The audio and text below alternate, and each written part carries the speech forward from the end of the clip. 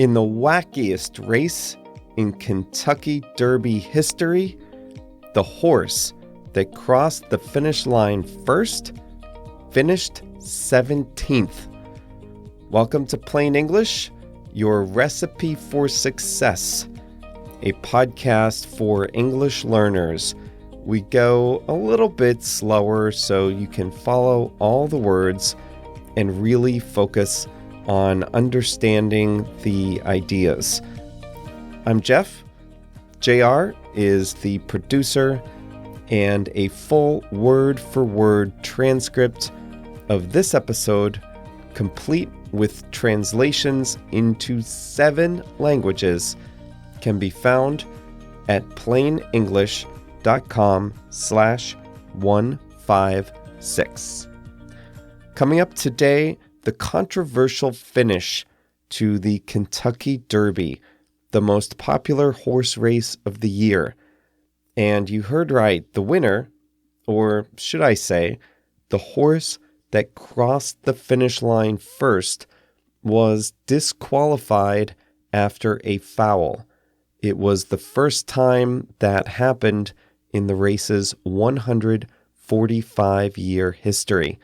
We'll tell you more about that coming up. Plus, long shot.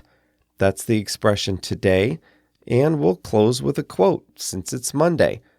But first, a reminder about Mosa Lingua. They are an innovative language learning company with cutting-edge apps and programs that are fun to use and effective too. You can learn more by visiting plainenglish.com/learn. And before we get started, just permit me one brief moment to apologize for my voice. You guys know, if you've been listening the last couple weeks, I'm coming off the end of a cold, and I don't love the sound of my voice tonight, but not only this episode, but the next 2 episodes. I'm recording 3 of them tonight. They're not going to sound great, so bear with me. After I'm done recording these 3 episodes, I'm going straight to Florida tomorrow. By the time you listen to this, I'll be there. But tomorrow, the day after I record this, I'm going to Florida. I promise I'm going to come back better and I'm going to sound normal. But just for the next couple episodes, I hope you'll forgive me this congested voice I have.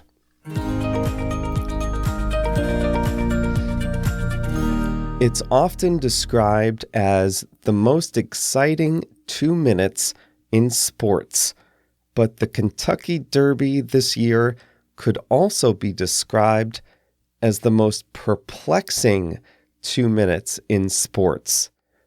Maximum Security, the horse that clearly crossed the finish line first, officially finished 17th. You see, immediately after the race concluded, 2 other jockeys in the race challenged the results, saying that Maximum Security had committed a foul.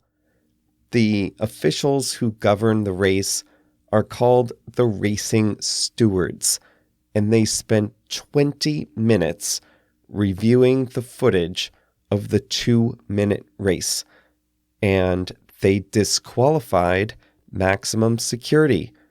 They placed him 17th in the 19-horse race and crowned the second-place finisher, Country House, as the winner. It's the first time in the race's 145-year history that the winning horse was disqualified on a foul. What did he do wrong? The race stewards ruled that he veered out of his lane and into the path of another horse, War of Will, starting a domino effect. To avoid a dangerous wipeout, War of Will had to adjust his trajectory, affecting another horse, who in turn had to do the same, and so on. Maximum Security was placed 17th because it was judged that his foul affected the next 16 horses in the race. I had a hard time understanding this since I don't really watch a lot of horse racing. When I watch a horse race, it looks like they're all bunched up together. So how is it possible that they have a lane? Now, they clearly all have their initial lanes. So when the race begins, they're at their respective posts in their assigned positions from the inside to the outside of the track in a place numbered from 1 to 20. Now, we all remember from running on tracks in school that if you're running in the outside lane, you have to run farther than the person running in the inside lane if you're both running one complete lap. So after the gates open, the horses rush forward, and pretty soon they congregate near the inside rail. When they get there, that's when they establish their lanes, their respective positions. And once the horses have established their respective positions, they can't swerve from right to left. The jockeys have to control the horses so that they don't interfere with the path of another.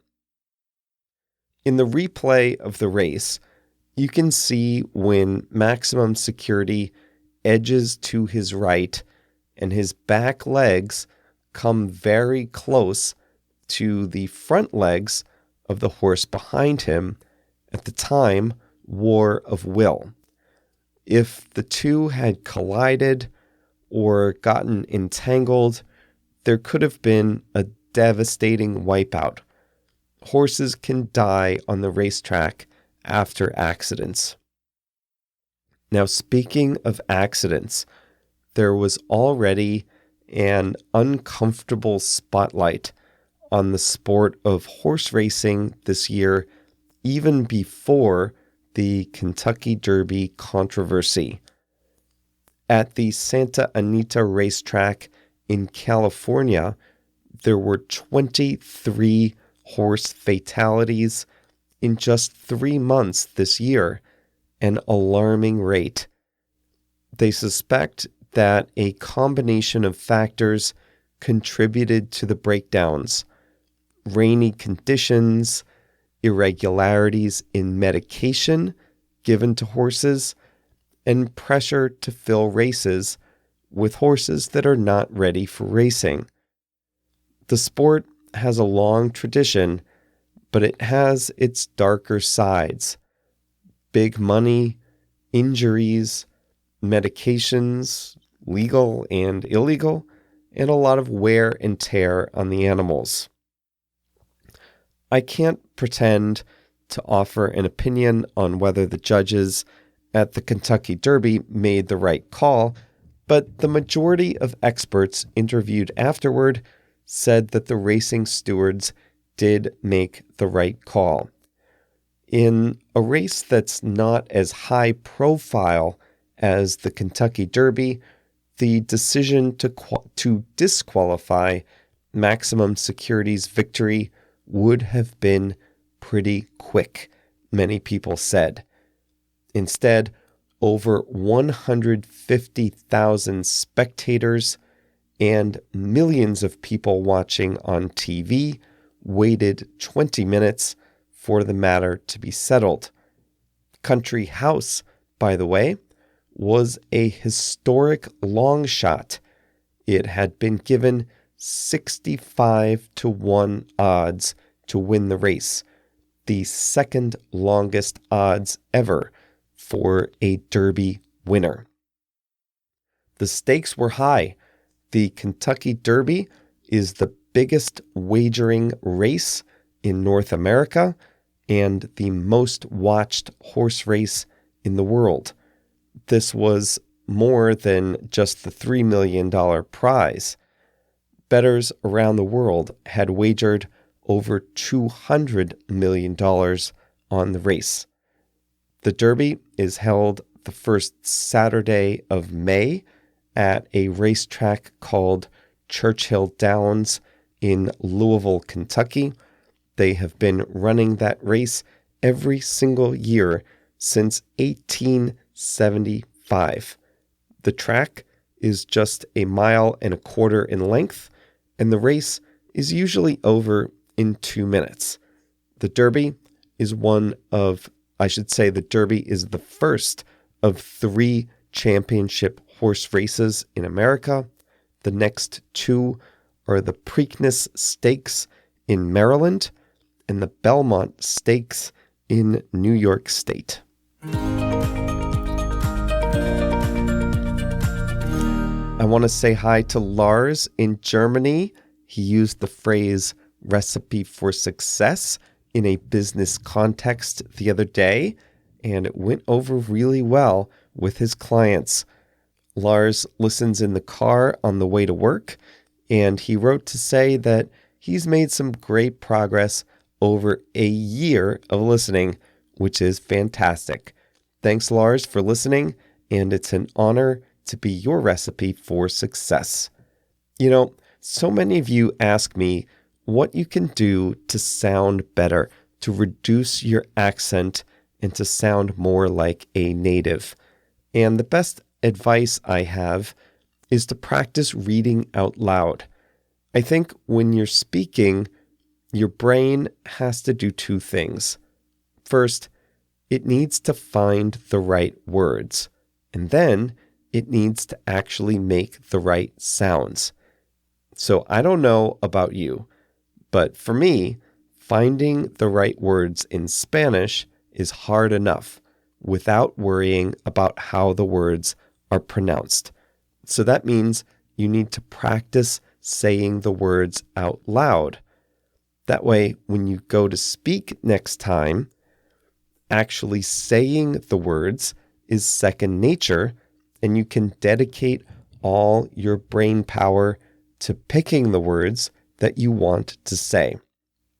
So I would recommend picking an English article or even the transcript of this episode and just read it out loud. Take as much time as you need. Don't be afraid if you stumble. We've all been there. But just read it out loud. Do that once a week, and you'll get used to saying a lot of words. Another thing you can do is check out the pronunciation course that they have at Mosalingua. The good thing about this course is that it's not given in English. It's in your language: Spanish, Portuguese, German, Japanese, whatever. It's got some great exercises and good information about how to sound natural in English. And let me tell you, when you start to sound better, your confidence will improve too. If you're interested in the Mosalingua course, check out the link at plainenglish.com/learn.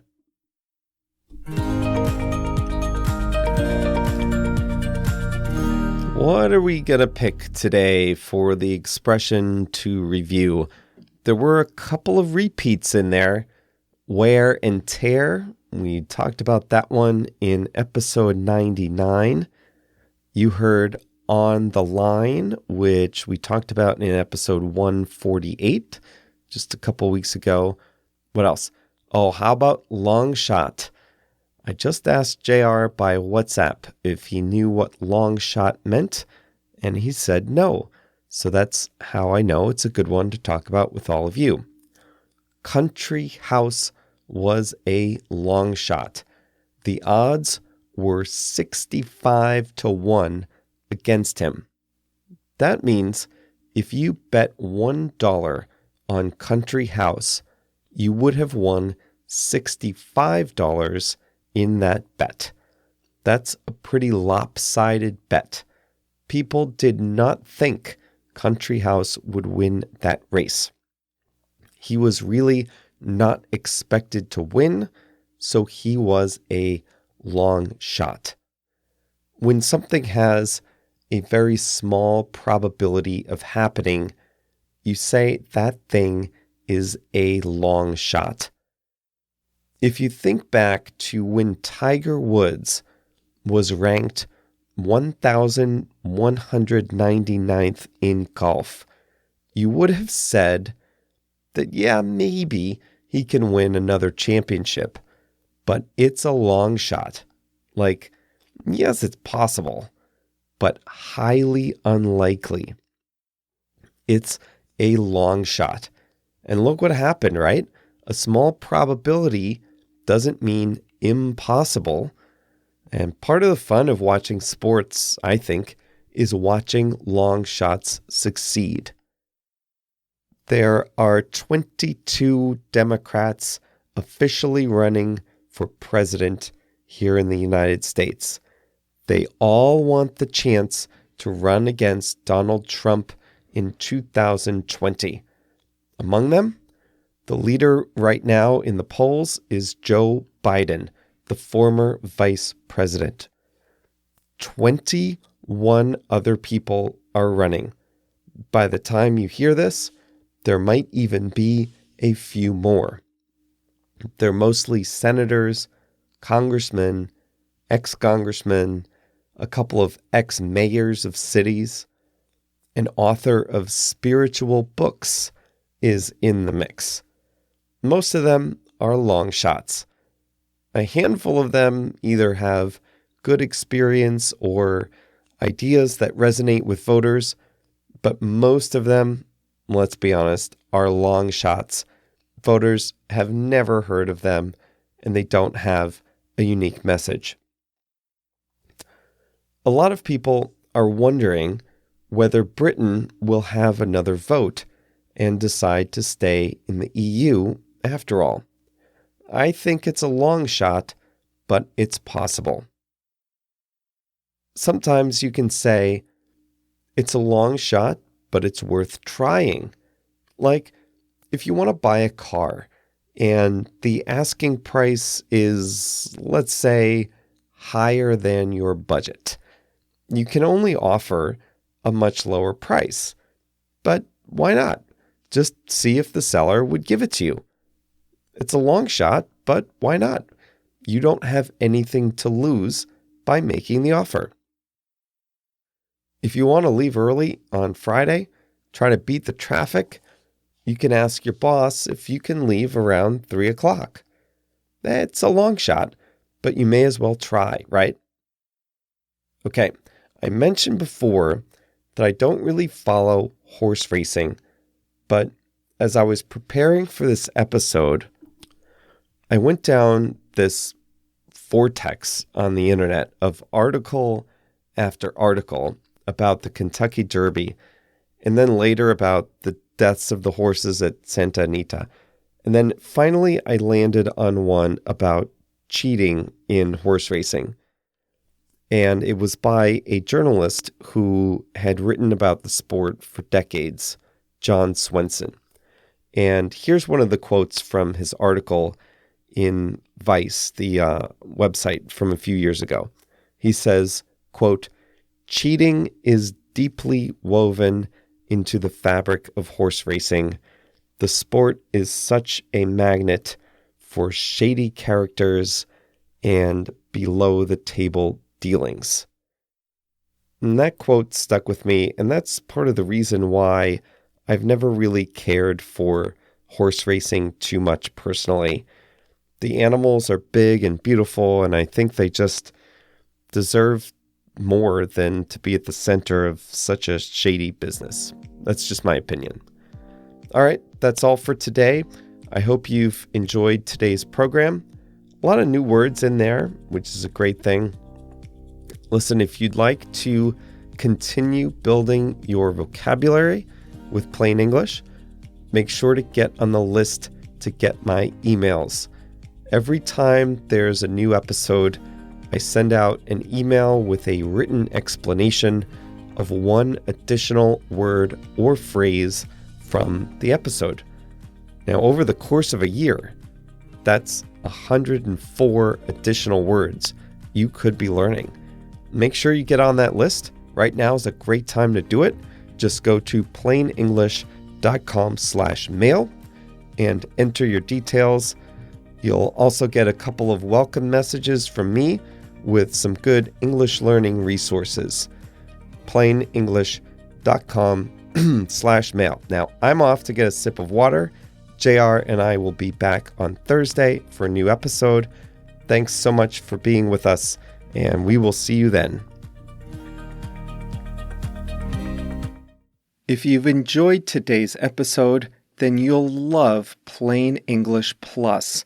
That's because with Plain English Plus, you can get even more from your favorite English podcast. We offer video lessons, flashcards, 2 versions of every episode, and of course, our famous online transcripts with translations into 7 languages. What are you waiting for? Come join us at plainenglish.com/plus.